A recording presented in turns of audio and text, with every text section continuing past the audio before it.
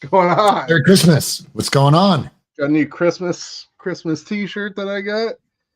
Little Tecmo Bowl throwback homage. Webster Slaughter touchdown shirt. Loving it. Anyways, good to see you people. It's been since probably like Thanksgiving since I've been here. John's been around for a little bit, but Merry Christmas as well. Hope everyone had a good time with their family. Good Christmas. John, how you doing? Welcome, everyone, to the Locker Room Rant. I'm your host, John V. With me today is my co-host, Nick, who took it upon himself just to blow the intro, just shove his medium right into the camera, huh? Hey there, Nick. So, Merry Christmas, everyone. It's been a few weeks. Nick and I have been busy, and life took crazy. the wheel. It has been. It has been. It has been ridiculous. But nonetheless, there's been a lot of good stuff going on, man. My Niners blew it. Your Brownies have been successful. My Niners have won quite a few since we've John, let me interrupt you real quick. I feel like every time you talk away from the mic, it kind of goes out. Let me see. I'm trying something different, man. How about now? Well, right there, you sounded perfect. Okay, I'll stay here. Anyway, so tell me, man, how the Browns been doing? Man, I tell you what. This season, I don't know where it's going to go. I know we're going to the playoffs, that's for sure. I don't know where it's going to go. Every week it's been an emotional roller coaster, but kind of in the best way possible. Are we going to win the Super Bowl this year? If we do, it's going to be probably the most outlandish thing in the world that we win the Super Bowl with what this team has had to go through. But I really don't care. Like, if we win the Super Bowl, it's just gravy on top. Because we've been counted out so many times during the season. I mean, you can go back to week 2. We lose Chubb. Everyone says it's done. You can go a couple weeks later. We finally get Deshaun. Deshaun's rolling. Deshaun gets hurt for the season. Everyone says it's over. We lose. We basically go on our 4th and 5th string tackles. So we don't have even our 1st or 2nd string tackles at either tackle position on the offensive line. Somehow we're still making it work. DTR gets hurt. We sign Flacco off the couch.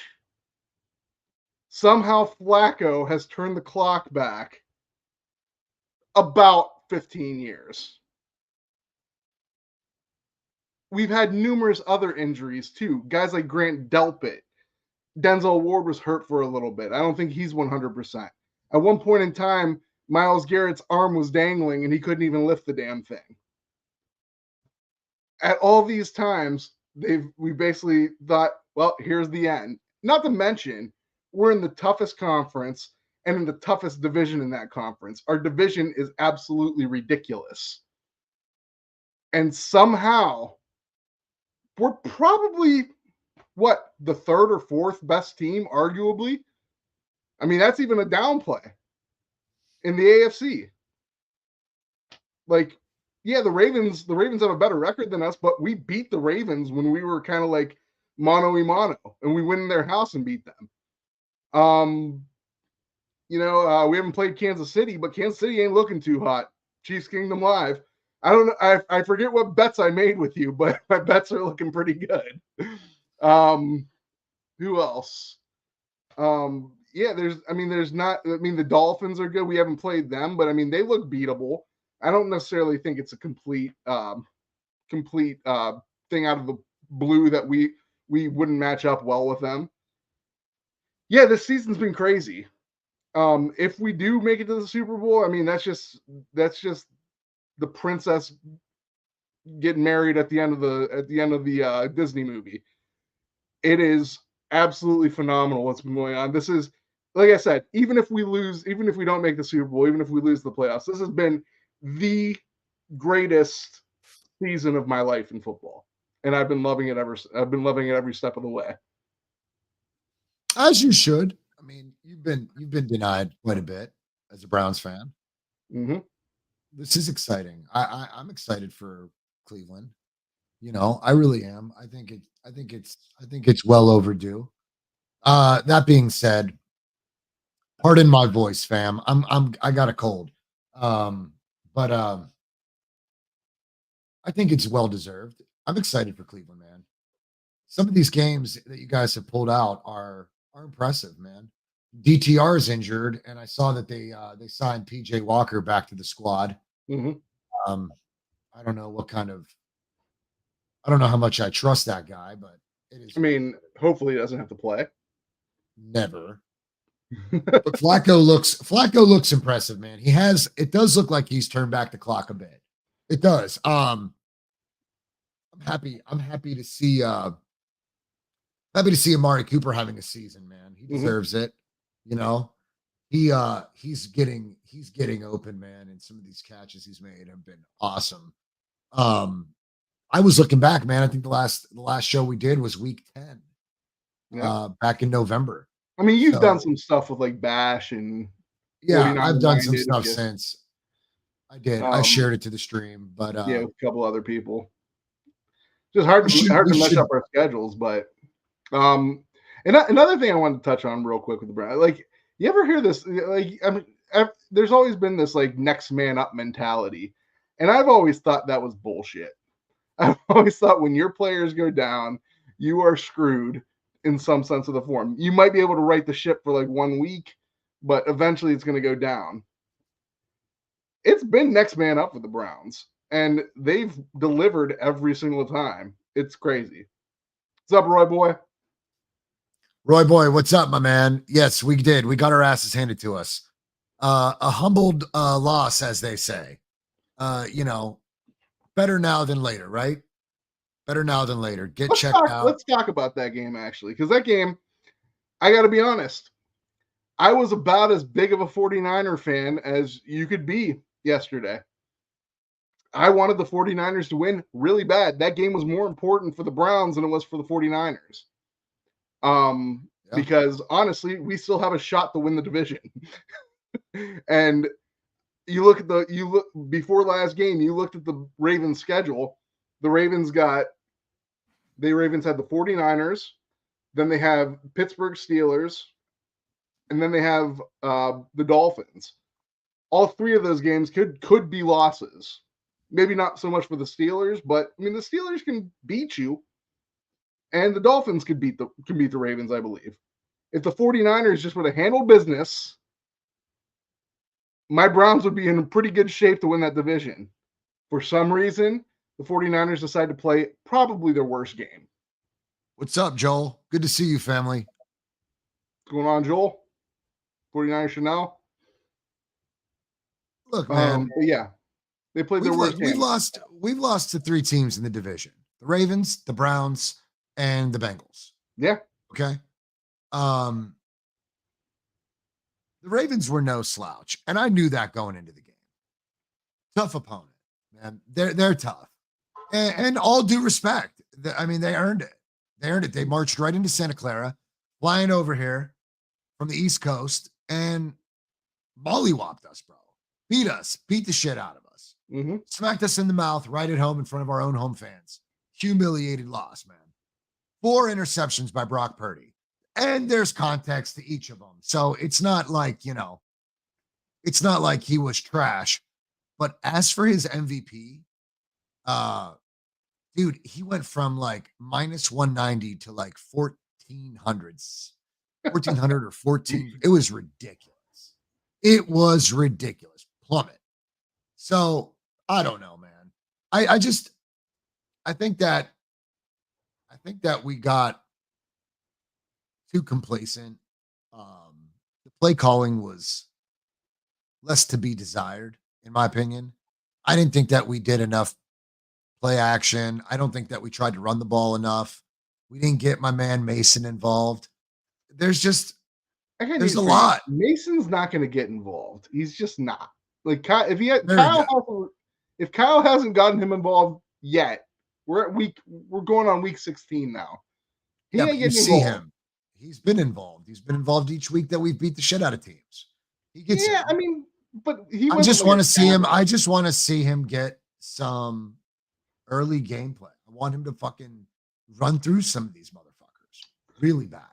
Really bad. But I mean, nonetheless, look at dude. I mean, since we've had a show, my Niners beat the Cardinals. They beat the brakes off the fucking Eagles. We beat the Seahawks. Dude, the twice. Eagles are looking like absolute shit right now. The two Super They Bowl turned it teams around. last year. They turned it around. They secured the second seed. Yeah, but they barely. Yeah, The Giants barely, you're almost right. beat them last night. I mean, Giants They almost beat did. them on Sunday. It was actually a good game. Did you watch it? I watched a little bit of it. I didn't get a chance to see the whole It was actually thing. a pretty good game. But I mean, yeah, they just barely beat the Giants. Actually, there was a little bit of controversy over that, wasn't there? Yeah, but I mean, no, I mean, no more than look. They almost gave up the game, bro. They're turning the ball over. They're turning the ball over. No different than San Francisco was. Kansas City was turning over the ball. Some squads fell, dude. It is what it is. You know, that's why I love football. You know, 1 week at a time. It's never going to be the same. You never know. San Francisco has to win the Washington game. Got to go in there and beat the brakes off of them. Then we got to go play a division opponent in the Rams. And if we win out those two games, we can secure the 1 seed. Mm-hmm. So, I mean, it's huge.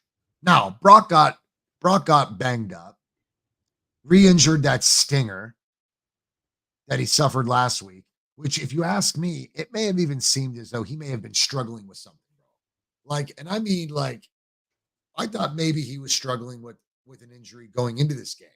Didn't look right. He did not look right. To me, I don't know what to say. Here's the thing with the 49ers. The thing with the 49ers is, and you can even say this is also Brock Purdy, because I believe 40. Boy, here we go. I mean, it is a system. It is a machine. Okay, it's a very good machine. It works almost all the time, but in some circumstances, it doesn't work. And when the machine doesn't work, it is almost incapable of the team is almost incapable of veering off a different course and trying to make it work. I was trying to think of an analogy like this, and basically I'm going to use something I know, nursing. In a hospital, you use an electronic medical record. The best one there is Epic. If you go to a hospital that doesn't have Epic, it's a charting system. It's a complete nightmare. But when you have Epic, it's very good. It's nice and streamlined. You can find everything you need easily. Every month it goes down. There's system downtime. And when it goes down, it's a freaking nightmare. Like everyone's running around. You're just counting down the minutes till that downtime ends. That's kind of how it is for the 49ers. Like, yes, they have a great streamlined offense. Purdy is very good at running that system offense. And I don't use that as a pejorative. A lot of people say, well, he's a system quarterback. That's all he is. No, I think if you're a system quarterback, that's a good thing. I think if you can run a system, that's fantastic. But when it doesn't go as planned, when a team is applying enough pressure that your plays can't develop and you're schemed and the way you guys scheme guys open isn't quite developing in the way it should, it's almost like you guys can't do anything after that. No. It's happened a couple times this season. Look, dude, Brock's getting rattled, man. He's a second-year quarterback. He's young. He's still learning, bro. He got rattled. In every occasion you're talking about, he got rattled. Sure. That's just what it is. And I mean, I feel like if you rattle him, it's an issue. Like, I mean, that's his problem. Like, that's his problem. He's got to get that shit taken care of. You know, it was a bad night, dude. It was a bad night. Mhm. MVP discussions are a distraction. I don't like anything that's a distraction. Yep. You know, even though the Brock comes off as the kind of guy that really doesn't seem like he gets shook by, John, you're muted for some reason. Can't hear you. No. How about now? Now we're good. We're good. I don't know. Something's updating, man. My microphone drivers, the G Hub, I don't know. Anyway, it doesn't make a difference. The kid's young, bro. You know, I trust that he'll get his shit together and they'll move on into Washington and get things taken care of there. But the thing is, another thing. But whoa. That machine that you talk about, it is a very well-oiled machine and it does work. Very good. But Kyle was off yesterday too. And I don't know if what Kyle was trying to do was he was trying to feature Brock, trying to get that MVP thing going, or if Kyle just called a shit game. And he's done that from time to time against good defenses. It's got to be better because of it. So I trust that they'll go back to the lab, they'll break this down, they'll get this shit together because otherwise, I want the number 1 seed. Raph, what's up, my man? I see you in the chat.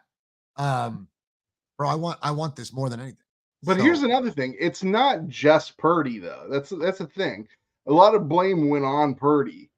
But it's kind of the whole team. When the offensive line breaks down and they're getting an inordinate amount of pressure, the whole offense really falls. Like even McCaffrey. And I know McCaffrey had a good statistical game. McCaffrey had like 14 carries for like 102 yards and a touchdown, and then he had added 25 yards receiving or something like that. But he wasn't effective running the ball. A lot of those yards came on like 3 carries, like 2 to 3 carries. He had 103 yards. I mean, he was averaging 7 yards a carry. I get it, but if you run 2 times and you run one for 49 yards and then one for 1 yard, that's a 25-yard average. But what I'm saying is he couldn't run consistently. They couldn't get the run game going consistently. He was getting met in the backfield way too much, getting his clock clean way too much. Right. I mean, he couldn't run I'm hesitant to even blame it on McCaffrey because, like I said, it might have been more the offensive line. It's just Baltimore's really good at getting pressure. There's a couple teams that are really, really good at getting pressure in this league, and Baltimore and Cleveland are among those. Maybe you could throw in like the Cowboys, although you guys did handle the Cowboys when you guys played them. But yeah, there's a couple teams that are really good at getting pressure. Baltimore's one of them. They got a ton of pressure on you, and McCaffrey couldn't really get anything going, with the exception of the couple runs that he broke for really long gains. I just think that we were not going into this game. Either we were unprepared or we purposefully did not apply ourselves in this game. And I know that sounds crazy, but it just didn't seem like we were trying. We weren't wrapping up. We were falling off. We were tackling, but we were falling off our guys. We Yeah, really the weren't wrapping tackling up. was horrible. Tackling was horrible last night. If you ever watch Jesse Naylor and his dude coach was talking about how they almost look like stuntmen. How they're like jumping. How they're like jumping on guys, knocking them down, but they're not really wrapping them up. They're just real sloppy, just kind of protecting themselves, but not really trying to be, Mm-hmm. I don't know. Seemed like a pretty decent. It was broken down quite well. I mean, I was impressed. I kind of thought maybe there is some truth to that because they don't wrap up. They were not tackling like, they're essentially protecting their bodies and trying to extend themselves each week. Although I will say this, a lot of those broken tackles, I feel like they came more or less probably close to midway through the third quarter and on. It was almost like they got their wills broke. I mean, once Trent Williams went out, it looked like everything started to fall apart. The secondary was they were missing assignments. Maybe that guy should be MVP. But Maybe Trent Williams should be MVP. no, I mean, if you're gonna make an argument for somebody on the 49ers now, it's McCaffrey. Even though they probably won't go beyond the quarterback position. Yeah, but McCaffrey can't seem to have his best days unless Trent Williams is there. I mean, everybody. I mean, look, Nick, it's a team sport, right? I mean, it's not an individual sport. You know, it does. I mean, you need cog players to be there, right? I mean, you need them. You need key components to make this offense work. That's what's so unique. It's literally player specific, and if they're seasoned well, they're seasoned veterans, or if they fit the scheme both physically, if you can block, then you have a purpose in the scheme. You know, so I know that a lot of people make these comments that if everybody's not there, then the 49ers are not successful. There's truth to that. Yeah, I mean that's There's exactly truth what to it that. is. But we're trying to address those positions. Now, Eric Armstead is dealing with a pretty bad case of plantar fasciitis, which essentially could knock him out for the rest of the regular season. So they signed a guy named Sebastian Joseph Day, and he played for the Chargers, over 500 some snaps actively. He was the captain, and for whatever reason, they let him go last week. And I don't know if it was an act of good faith, like, hey, just get out there and get yourself on a contender, or I don't know. They're probably blowing up the roster over there and moving things around. So John Lynch made the call. I've got him in here on a 1-year contract, and I think he'll be a pretty good asset. We're running thin at the DT position. Me either. Doesn't matter. He's been good at the position. When there's a guy out there that's a captain that's wearing a captain's patch, he's wearing it for a reason. So get him in here and let's get it going, because we're thin at that position. I like the signing too, Raph. I really do. I appreciate you coming out and rocking it with us, man. I'm losing my voice, Raph. I've got a cold, man, and I'm trying to get back to it. I hope I don't sound too raspy, but it's a good move. It's a good move. We need to make big moves right now, because there's some questionable things going on here, man. I'd like to see how Banks is doing. I know Trent Williams is scheduled for an MRI. I don't know when we're going to get the results of that. I'm kind of worried about that going into Washington. We're missing Juwan Jennings too, Nick, and he's a very physical receiver. He's a huge asset to this offense as well, because I don't know if I've told you this before, but we got a nickname for him: Third and Juwan. He's our third down receiver.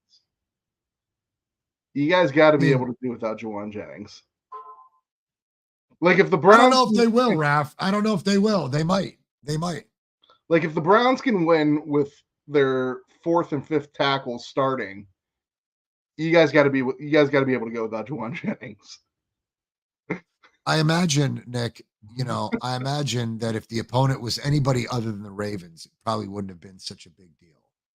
But being as though we went into this game, John, without Juwan Jennings right out the gate, Ravens without a lot of people. You were healthier at the time.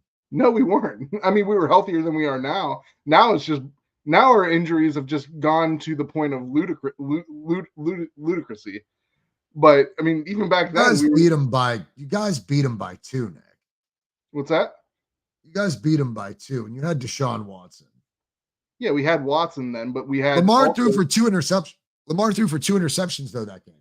Yeah, but I'm saying we were also starting our fourth and fifth tackle. Yeah, but you guys, that's a division opponent. Like, I expect you to play him better than anybody else in the NFC. I expect you to play your division better than us. It just so happens to be that your division seemed to bang up on the NFC. There's not a lot of good teams in the NFC. But we got a dose, man. We got our asses kicked. And, I don't know. There's context to those 4 interceptions, so I'm not really sweating it. So I'm not. So let's delve into something else here. So that the Baltimore victory seems to have gave us a new MVP contender. I mean, he was always in the discussion. Let's not make a mistake here, bro. Yeah, but I mean, He was always in the discussion. He's shot up. That game, as far as I'm concerned, they're the best team in football at what? Are they 12-3? Yeah, they're 12-3. They're 12-3. Best team in football. And his odds for MVP shot through the roof. So I did want to talk about that. And then because Dak looked like dog shit. I don't know if you watched Dallas. Yeah. Yeah, they didn't handle their business either. I kind of needed the Cowboys to beat the Dolphins and the 49ers to beat the Ravens. But let's talk about Lamar. So I think Lamar is a legitimate MVP candidate. But there's a big thing on people talking a ton of crap on Deshaun Watson.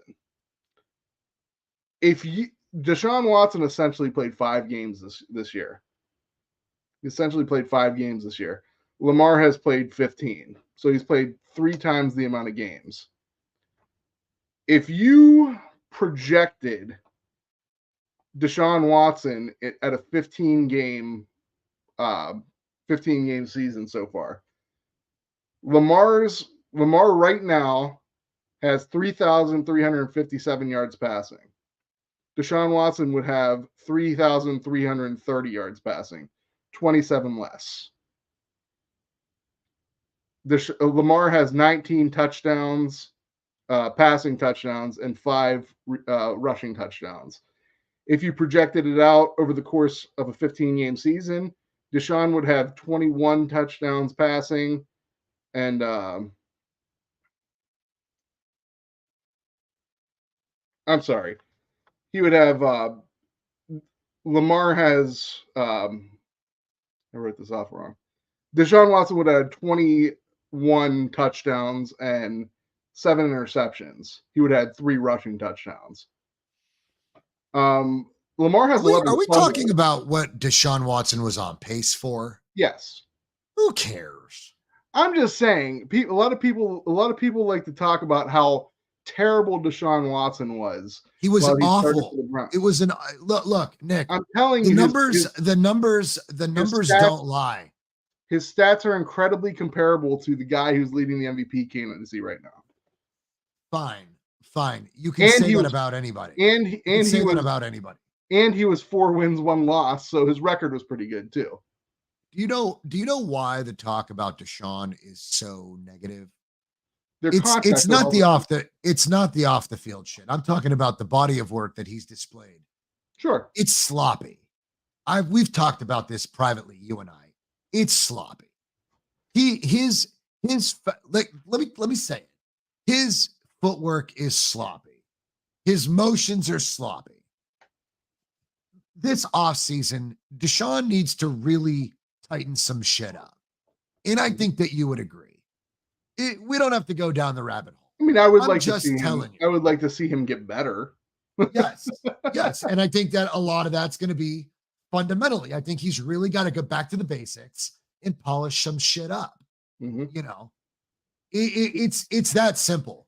Outside of that, if Joe Flacco is taking the Cleveland Browns deep into the playoffs and then they go and make themselves an AFC appearance, you've got quarterback controversy in Cleveland, much like the controversy you like to laugh in my face about. I don't think there's controversy just because of the fact that Flacco is kind of old. I think Flacco doesn't matter. Flacco might not play much longer. The Cleveland Browns are you 10-5? Yeah. I mean, winning football games in Cleveland right now is fucking huge. There isn't anything else to argue. If Flacco continues to drive this bus deep into the playoffs, make a hard case that there's not quarterback controversy in Cleveland, regardless of the contract. As far as Flacco goes, now I'm going to even go back to the Deshaun Watson signing. I was never really a big proponent of that because I always thought the Browns should be a team built around their generational talent in Myles Garrett. I thought that's what you should build your team around. Signing a guy for that much money to play quarterback was a huge expense. I don't care about the guaranteed money. I'm talking about money in general. It's a huge expense. I thought you could have a championship defense with an okay offense. And one of the guys that I used as an example, and I had this conversation with Tony a lot too, was Joe Flacco, a guy who's very tall, big in stature, big arm, is savvy, and knows how to get the ball where it has to go. He was one of the guys I actually thought of. Now, was I expecting this when they signed Joe Flacco? No, I was not expecting this level of, let's call it what it is, excellence. 10 touchdowns, 10 touchdowns. And I think is it like 1,300 yards? Yeah, he's got, I mean, I don't know exactly how many yards, but it's over 1,000. And it's 10 touchdowns. Hey, he's gotten over I think he's gotten over 300 yards each game that he's played. Right. So, over 360 I mean, last game. I mean, maybe not the touchdowns in so little time, but the production. I'm not surprised. Like I'm not surprised at all. I'm not surprised at all. He's familiar with the division. You know, like this defense, it's been some time, but he's familiar with the division. This defense is just good enough to be able to keep you in ball games. If you can get a guy that's able to cork out, even if he's not very good, like the Chicago game, even if he's not necessarily very good the whole game, he can hit you about 3 or 4 times and put some points on the board. It's he can't move, Nick. Flacco's a statue.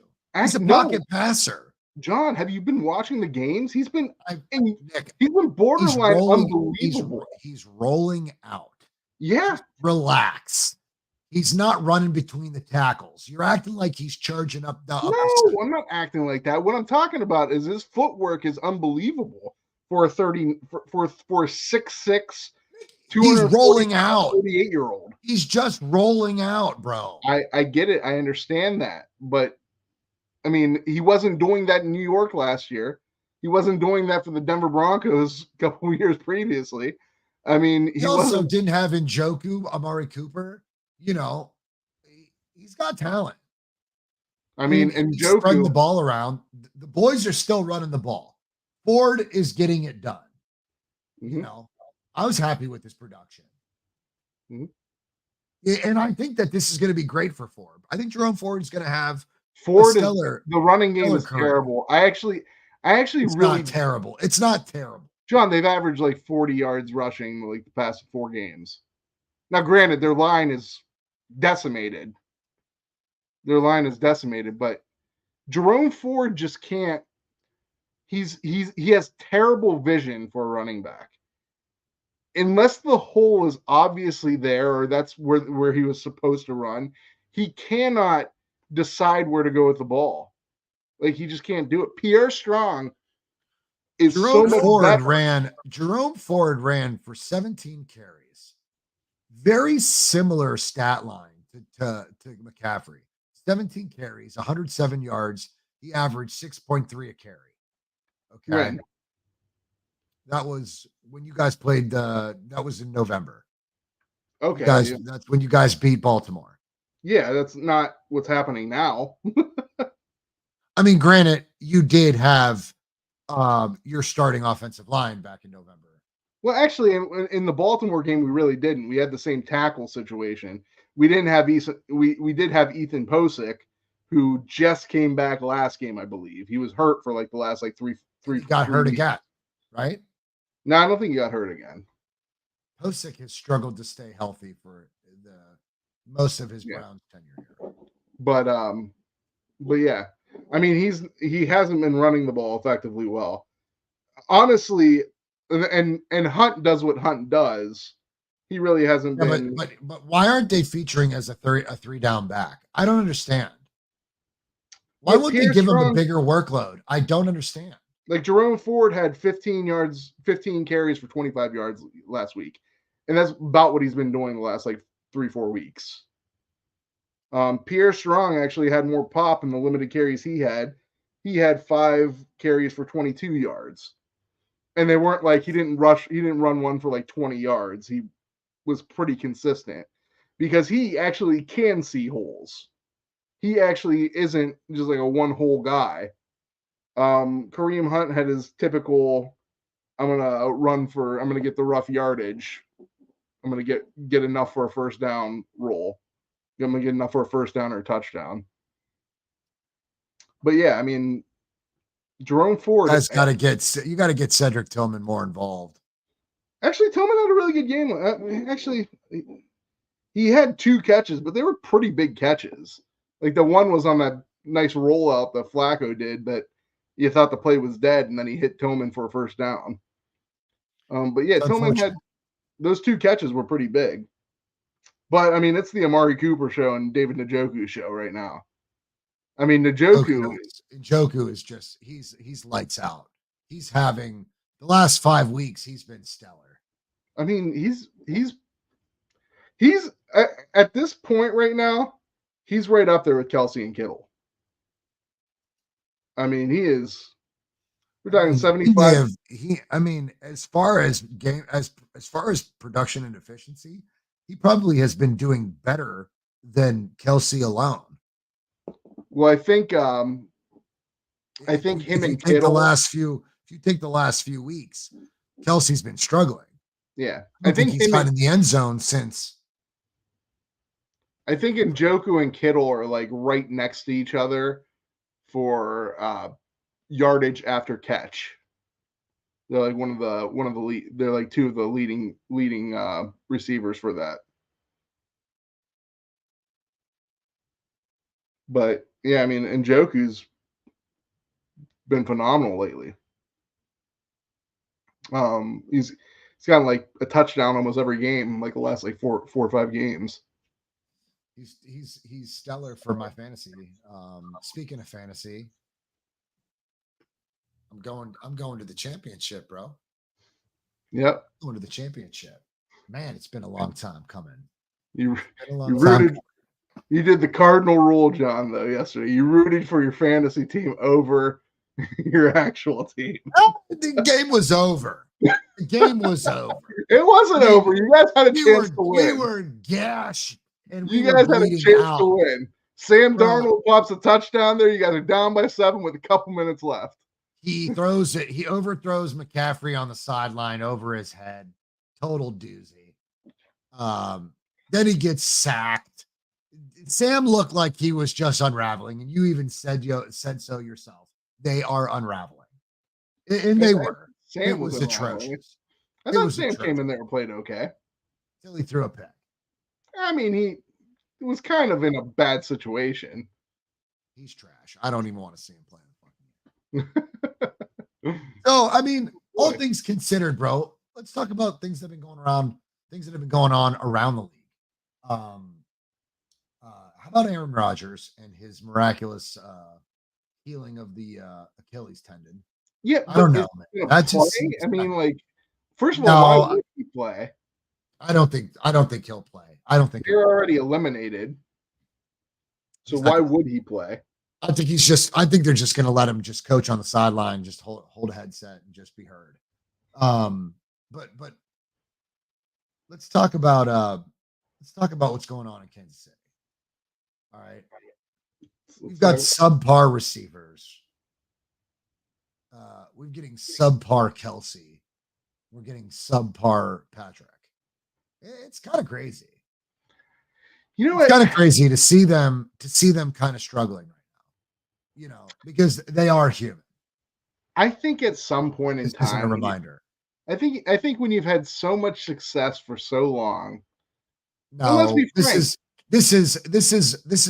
is on the organization. This is the front office, the GM, and the drafting process. They did not attack free agency, and they did not try to put something together around Patrick Mahomes the last 2 seasons. Well, I mean, they didn't last year. They basically rolled in with a similar crop of people. Yeah, and he elevated their play. Yeah. Until he elevated them to their ceiling. Now this season they've been dropping the ball a lot, you know. And you know, it's just it's falling apart there in Kansas City. This is the first season that they're not the first seed. And how many years is that? 7? They have a worse record than the Browns. Is that 7? Yeah. Forget about the record with the Browns, bro. The Browns they have a worse record than the Browns. I'm saying since they've had home field advantage go through Arrowhead. Yeah, they're not going to have that this year. They're not going to have that this year. But this is the first year in how long? How many has it been? The only way that happens is if somehow Buffalo. No, I'm saying if somehow Miami and Baltimore lose. If Miami and Baltimore lose, Miami is 2 games left, bro. What's that? There's 2 games left in the season. No, I'm talking about in the playoffs. Oh. If Miami and Baltimore lose their games, then I think they'll probably win it by default. They'll get home field advantage. I see what you're saying. But yeah, it's highly unlikely that they will.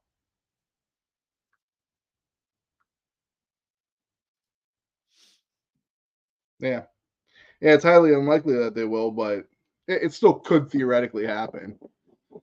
They're still their first game. They're still going to host, I believe. I'm not 100% sure, but yeah, their first game they should still host.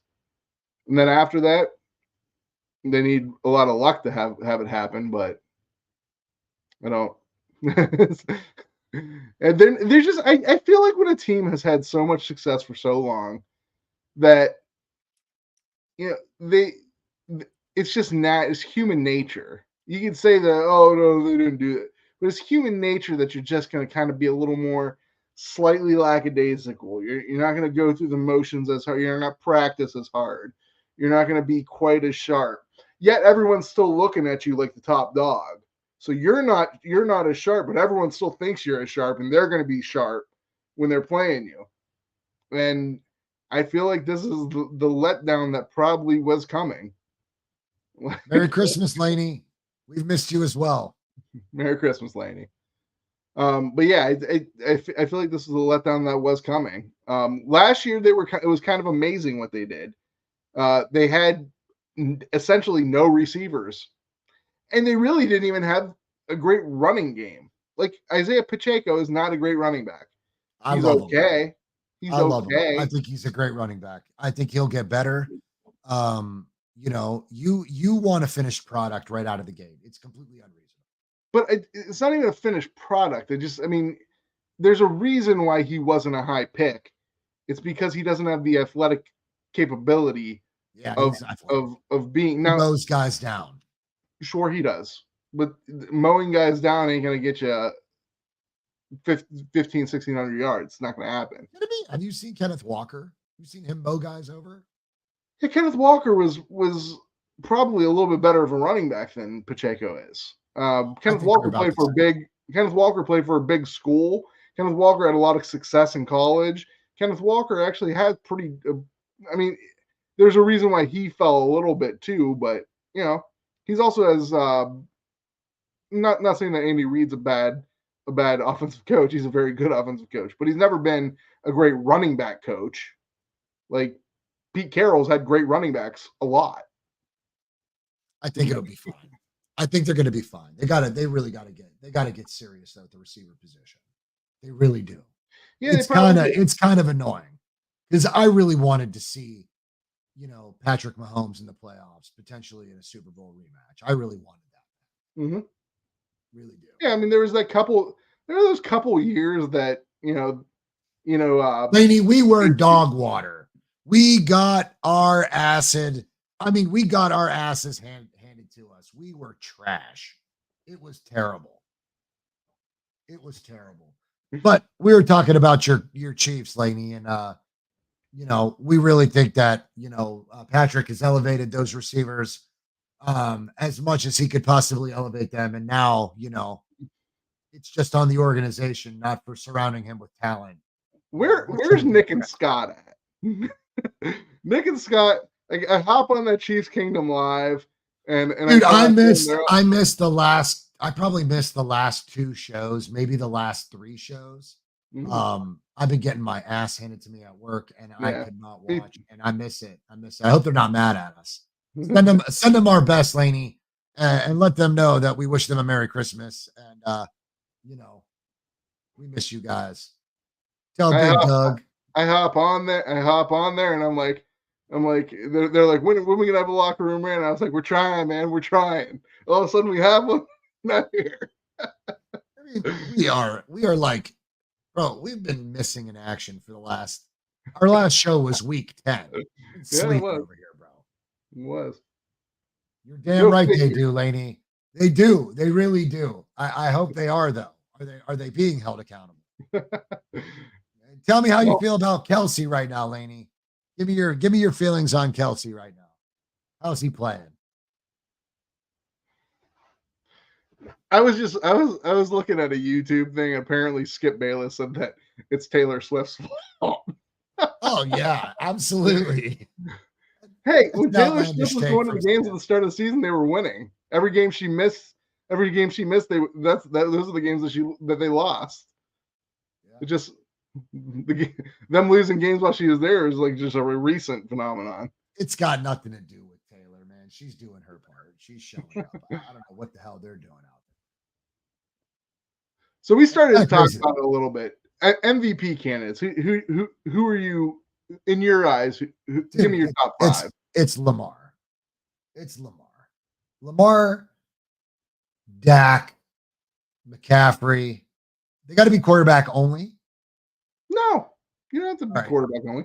They don't even have to be people that are contending. I don't want these in any particular order, but in order, and they're actual contenders. I would say Lamar, Dak, Tua, McCaffrey. I think Dak's done. Yeah. Okay. So,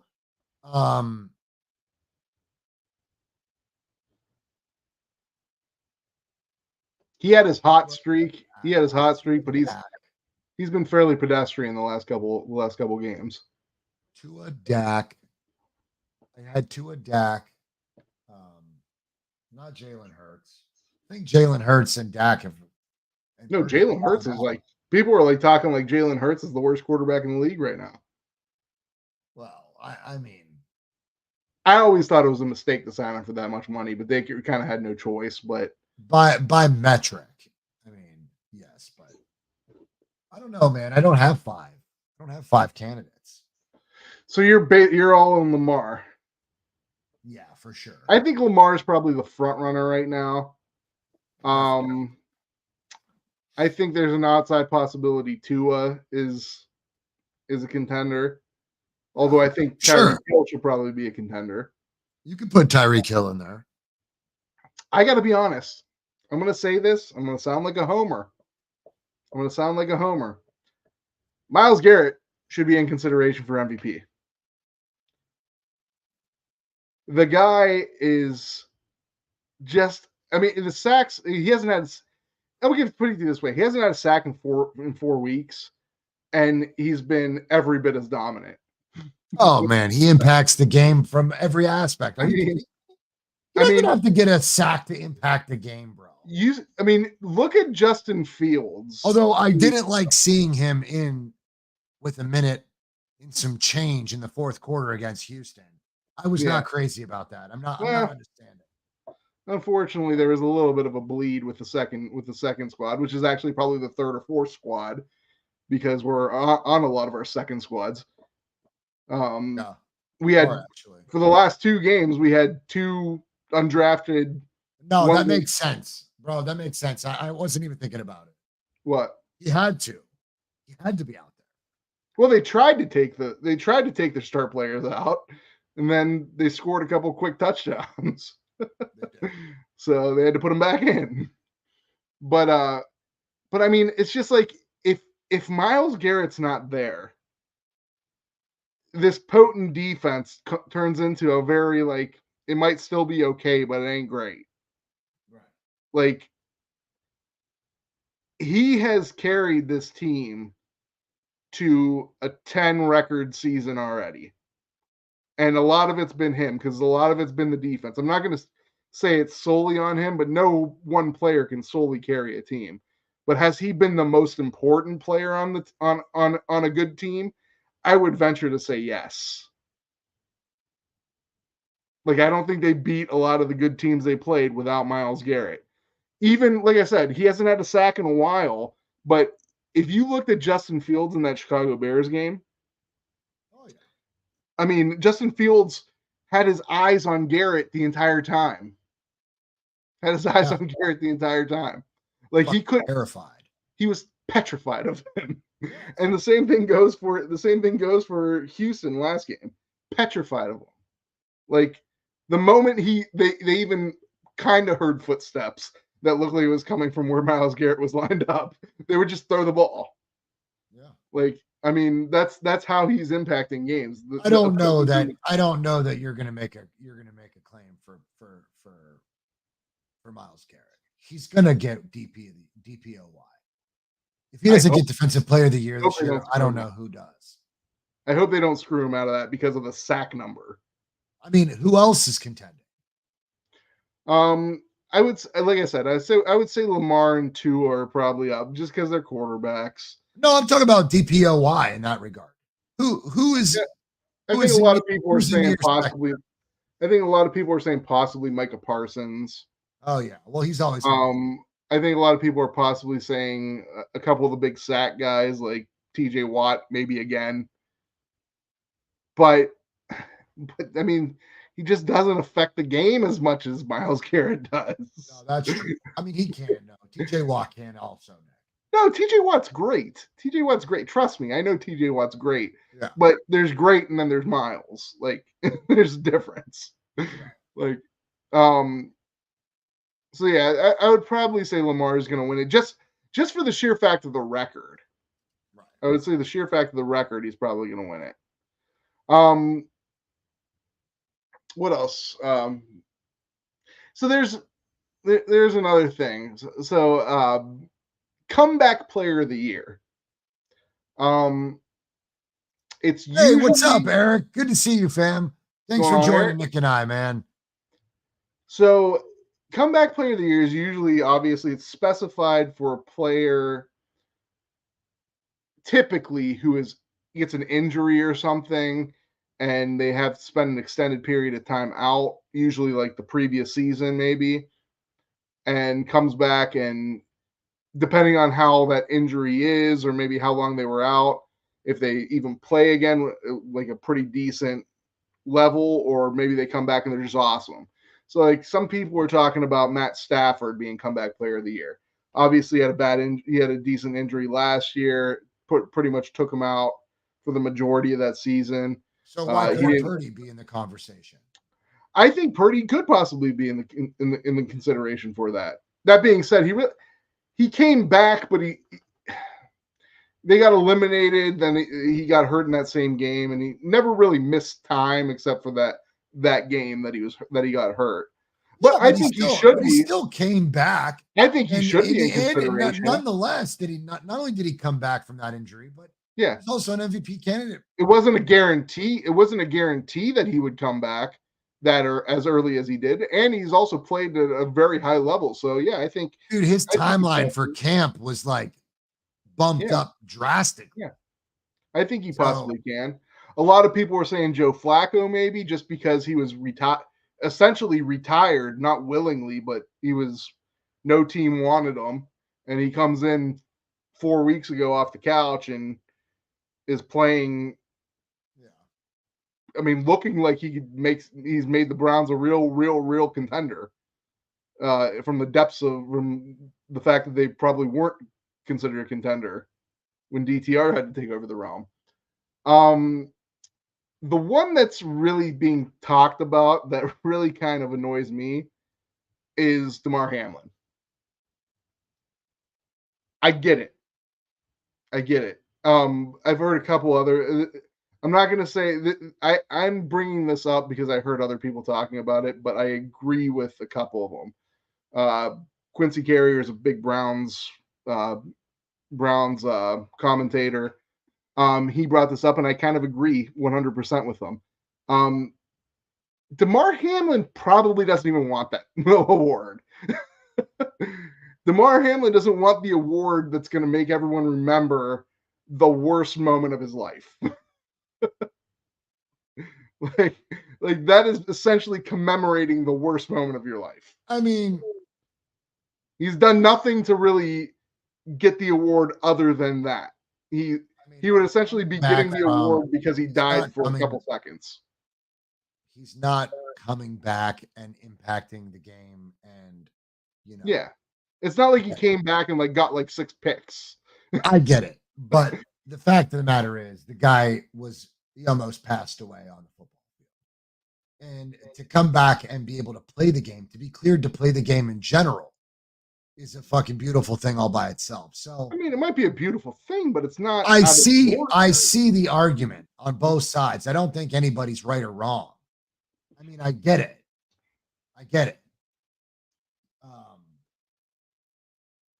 What else is there to chop up? Like that would have been like what's his face, Ryan Shazier, getting comeback player of the year because he walked on the stage of that draft one time. No, dude, Damar Hamlin is playing the game again. I understand. He will never play the game again. I understand that. But that's a terrible one to choose. But I understand that. But that being said, what Damar Hamlin had was extremely scary, and it was very, very serious. But it was an electrical issue. Once the circuit got turned back on, he was going to be fine. Sure, but nobody knew it at the time. Not everybody knew, but I mean, it is what it is. I mean, he had some ups and downs once he got to the hospital, but I mean, he came out of it all right. Nonetheless, I mean, I don't really know who else you could really say is comeback player of the year from an injury.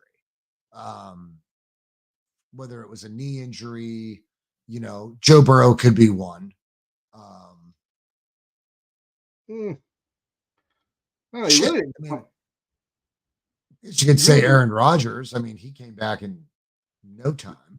I mean, if he started playing again, like if he came back next game and lit the Browns up for like 5 touchdowns, yeah, then you might be able to put him in there, because that would be something that's miraculous and comeback of the year worthy. I mean, let's just see where it goes. Let's see some of the headlines. We'll touch base on it then. What did you think about Staley and his run in as the Chargers head coach? The Chargers, if I was a Chargers fan, son of a bitch, would that be frustrating? Oh my God. Oh my God. Like, I'm a Browns fan and I'm saying that. Being a Chargers fan, if you were like a hardcore Chargers fan, like you are a 49ers fan, or like I am a Browns fan, being a Chargers fan had to have been fucking miserable this awful year. I mean, not this year, for like the last like 4 years under his reign, because I've always said this about the Chargers, and I also apply it to Justin Herbert. They play just good enough to lose by a little. Oh yeah, definitely. I mean, if they play a bad team, they will play just shitty enough to lose. And if they play a good team, they will play just good enough to lose by a tad bit. And he did not believe that he should have been fired. He believed that he should have his Joe position. Woods didn't believe that he should be fired either. Hugh Jackson didn't believe that he should be fired. I'm pretty sure Staley was worse than both of them. I mean, no, not worse than what's his name? Hugh Jackson was the worst. Hugh Jackson, not worse than Hugh. Hugh takes the cake. Yeah, maybe head coach Hugh's the worst ever. But Joe Woods, yeah, he had a worse impact than Joe. I mean, Joe Woods had a worse impact than him. But I mean, at least the Chargers made the playoffs with him. I mean, it wasn't great, but it's not like they blew the roof off the league last year. But at least they were just kind of good enough to make the playoffs. Like, Right. They weren't historically bad at something. I'm saying he just played. He always played a little lower than his competition. That's it. Played a little lower than his competition, and he made stupid decisions. He did something that I criticize Stefanski for a lot over Stefanski's reign. He thought he was smarter, and maybe he was smart because Stefanski is very smart, but sometimes they just can't take easy shit for. They can't take an easy win. Like sometimes you just got to kick a field goal, or sometimes you got to punt, or sometimes maybe you should run the ball, especially when you're running well, instead of trying to throw a pass. Like it's shit like that that makes these coaches. Shanahan does it a lot too. Shanahan's done that a lot in his history too. These guys think they're too smart. They're too smart for their own good. Staley's probably a really good offensive mind, but he's just a horrible guy making decisions. He was never able to overcome that. Well, now he's unemployed. Maybe he learns from his mistakes. It might not be the end of the road for Staley. It's the end of the road, bro. He's garbage. He's still young. That concludes his stay in the NFL. He's done. No, he's still young. He may get a job as like a college coach, or he may go on be like an offensive coordinator somewhere in the NFL. But he's not done. He did Herbert a disservice, bro. He was trash. My God, was he trash. Got Herbert paid. Shit. You could have done that. But I don't think, like I said, I don't think that he's completely done. I don't think that a guy he's done, Nick. He's done, bro. He's done. I mean, Josh McDaniels, he's essentially Josh McDaniels, John. Josh McDaniels, his resume as Bill's right-hand man was enough. Come on, bro. Yeah. But whenever he's become head coach, it's been a complete disaster. Yes, and now that ship has sailed. But I think Staley and McDaniel could probably take that Uber. Yeah, but somebody's gonna hire. I mean, I don't know. Josh McDaniels probably already has a job. He's probably back on the Patriots. I'm not 100% sure of that, but I wouldn't doubt it. I don't think there's any room for him or Staley in the league. Staley's young, but he sucked. He was a big. Yeah, but he got the job for a reason. Who is he with? Was he with McVay? I don't remember. He was with some coach from one of those crazy coaching trees. I forget who it was. It could have been McVay. Could have been. I don't know. I really don't. Who do you think? Who do you think wins Coach of the Year? Oh, hands down. I'm calling my boy. I don't think so. I mean, I think it'll be D'Amico. He just recently got a bunch of buzz. Like a lot of people have been kind of off on it, but like just recently, you've been hearing a lot of the media saying, D'Amico. I'm going to say D'Amico Ryans. I really wish I would have bet on this, because if you would have placed this bet 3 weeks ago on Stefanski, you would have got a lot of money. You would have got a lot of money. His odds weren't the greatest. They were pretty down there. Stefanski, I'm still not sold on Stefanski. I think he has to do more. He's got to get more creative as a play caller. I mean, but here's the thing with Stefanski. Like I said, he had the problem with Staley, and I always criticize him for it. I bet you those analytics were pretty solid, Laney. My God, you took those 5-6 weeks ago. My God, he was trash. But he always did stuff that pissed me off. But you can't deny what he does with offenses. Like, he always has good offenses.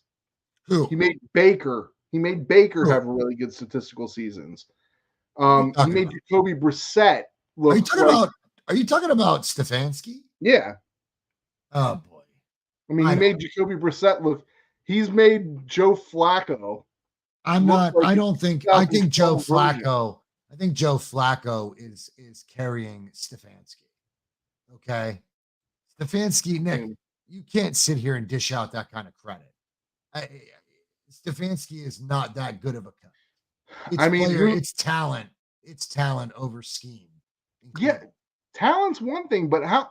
Like, can you name me the tackles for? What's up, Steve-O? Good to see you, bro. Appreciate you rocking out with us. Can you name me the starting tackles for the Cleveland Browns right now? No. Yeah, they're Garon Christian, who wasn't playing about halfway through the year, and James Hudson. Okay. How about a guy named Barch? You said it twice yesterday. You didn't even know if you were saying it right. You were like, oh boy. Yeah, but they're not winning with Barch.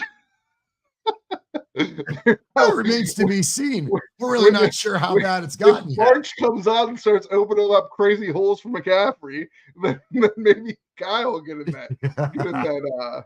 that discussion.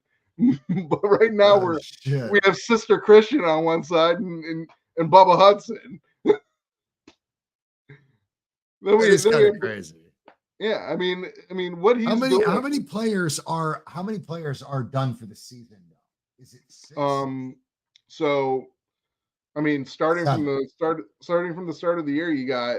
No. I don't need Chubb. We know Chubb. I'm talking about. I'm just saying Jack Conklin, Nick Chubb, Deshaun Conklin's Watson, always hurt. Deshaun Watson, DeJuan Jones, Jedrick Wills, Maurice Hurst,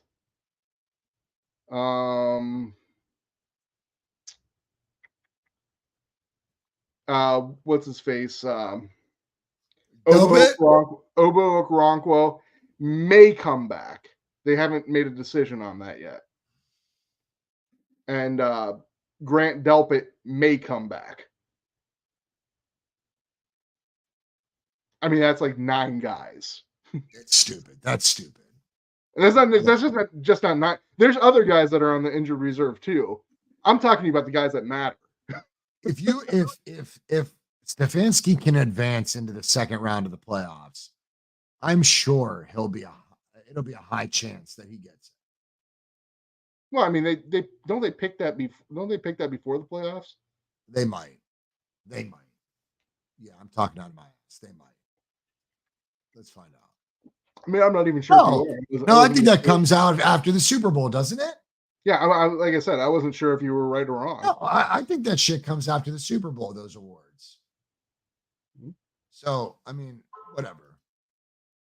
All right. Let's wrap it up, bro. Yeah, let's wrap it up. Next week, you're working. So, if I can get Bash, maybe he and I will throw down, chop it up a little bit about week 17 outside of that. Listen, everybody that rocked out, and if anybody comes through and watches the show back, we appreciate you. Thank you for supporting us, guys. Actually, next week I'm not working. Next week I'm not working. It is New Year's Day, though, I believe. Yeah, we can still probably do a show. We'll do something. Listen, Merry Christmas to everybody that celebrates, and Happy New Year to you and your families. Mm-hmm. Everybody, stay safe. Take care. We'll see you guys soon. And I am never ready for this. Take care, guys.